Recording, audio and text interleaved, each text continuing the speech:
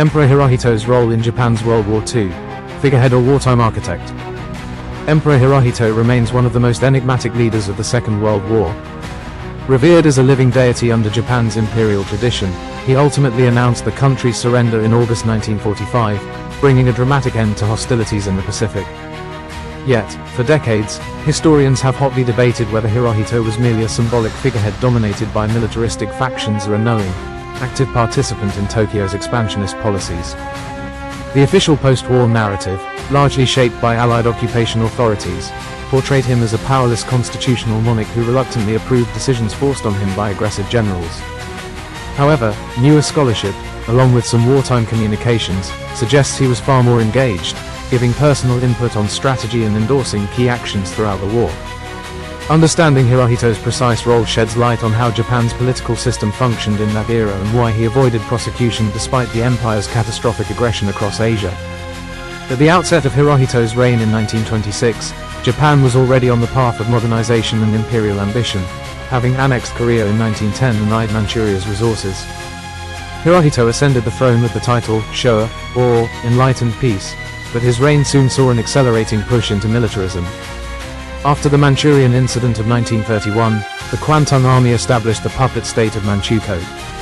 Historians argue about how thoroughly Hirohito was informed of these orchestrations. Some documents indicate he received detailed briefings from senior officers and rarely, if ever, opposed their actions. By the mid-1930s, assassinations of moderate statesmen, along with mass public support for the army's victories, meant that the emperor faced a system where dissent carried significant risk. Yet he remained the empire's supreme commander in name, and Japanese propaganda fostered near religious devotion to him as the ultimate source of authority. When full-scale war with China erupted in 1937, Hirohito continued to approve troop dispatches and ratify expansions.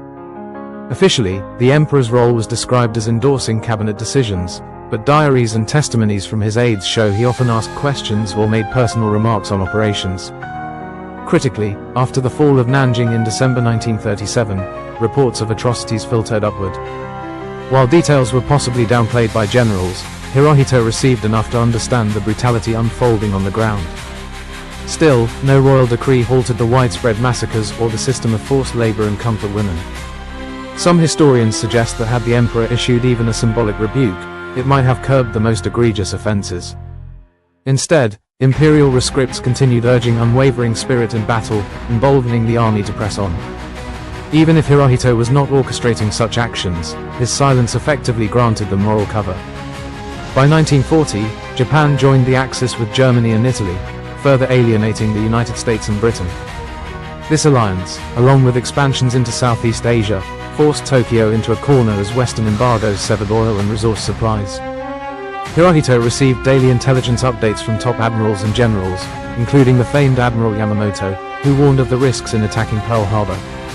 Some records reveal Hirohito voiced apprehension about confronting the US Navy's industrial might, yet he did not veto the plan. Under Japan's constitutional structure at that time, the emperor's assent was imperative. Refusal could theoretically halt or delay major war decisions. Whether he felt coerced by the resurgent militarist cabinet or fully believed in the war's strategic necessity remains an ongoing debate among scholars. Still, the monarchy's aura of sacred authority bolstered public support for war, with citizens convinced that the emperor, if he approved, must be guiding them to a righteous cause. Once World War II escalated, Hirohito maintained a delicate balancing act. He occasionally questioned the feasibility of protracted conflict, especially as defeats mounted after Midway. According to some records, he pressed the army for accurate updates, expressing dismay at inflated victory claims. Yet these private concerns seldom translated into decisive actions halting reckless offensives or investigating war crimes. The emperor occasionally demanded thorough planning, but his moral reservations remained locked within palace walls. Meanwhile, public celebrations of the emperor's birthday, the imperial ceremonies, and soldiers swearing loyalty unto death for Hirohito, perpetuated the notion of an unbreakable bond between throne and militaristic ambition. By mid-1944, the Allies had seized the Mariana Islands, launching devastating bombing campaigns on Tokyo and other cities. Even with the home islands ablaze and kamikaze missions multiplying, key members of the Supreme War Council persisted in a fight-to-the-finish mentality. Hirohito's involvement in daily decisions again became critical. Multiple palace records show him anxiously soliciting staff opinions about an honorable peace. Yet no direct command to capitulate was issued until the atomic bombs on Hiroshima and Nagasaki, coupled with the Soviet Union's sudden entry, rendered further resistance nearly suicidal. On August 15, 1945, the Emperor's unprecedented radio broadcast to the Japanese people, his voice widely heard for the first time, declared acceptance of the Potsdam Declaration, shocking a populace taught never to imagine surrender. At that moment, Hirohito exercised decisive authority to override the die-hard faction's final stand, effectively ending World War II for Japan.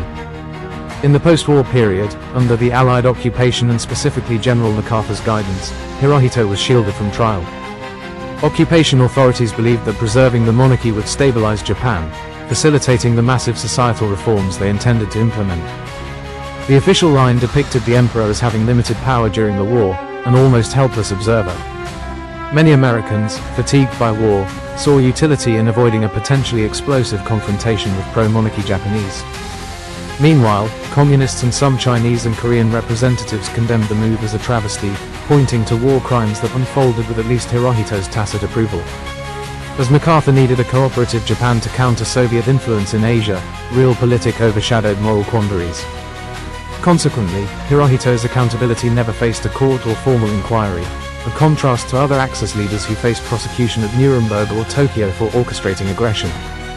Nevertheless, the controversy of Hirohito's war role persisted. Scholars unearthed diaries from court officials, transcripts of imperial conferences, and testimonies from ministers, forming a patchwork of evidence.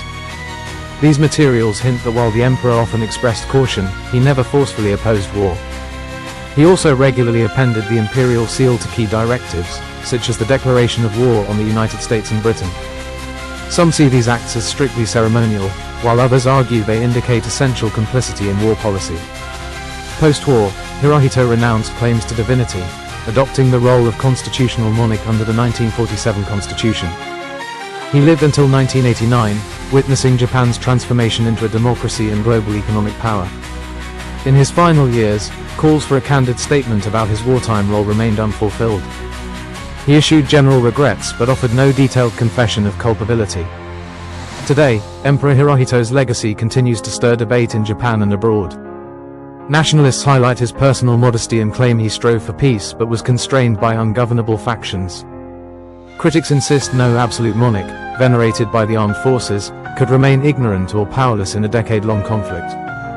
Films, documentaries, and scholarly works approach the question from diverging angles, leaving the public to interpret a mosaic of partial truths. The stakes are high.